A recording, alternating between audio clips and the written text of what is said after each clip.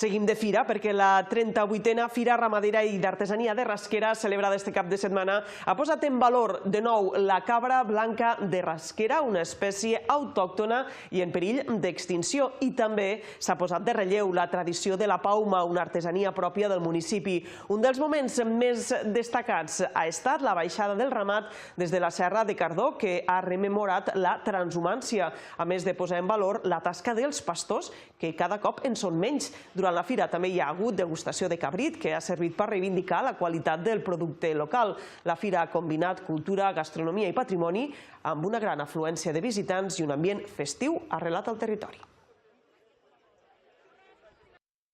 La gent que em coneix sap que m'estimo moltíssim la pagesia. Per tant, activitats, fires com aquesta el que fan és contribuir a prestigiar la feina impagable que fan els nostres pagesos, els nostres ramaders, i que encara pren més rellevància quan resulta que s'enfoca a una raça com és l'única raça de fet que hi ha de cabra protegida a Catalunya, autòctona, com és la raça de cabra blanca de Rasquera, i per tant il·lusionat de poder veure les parades amb tota l'artesania, els pastissets, les paumes i poder assistir a la tradicional baixada de ramats.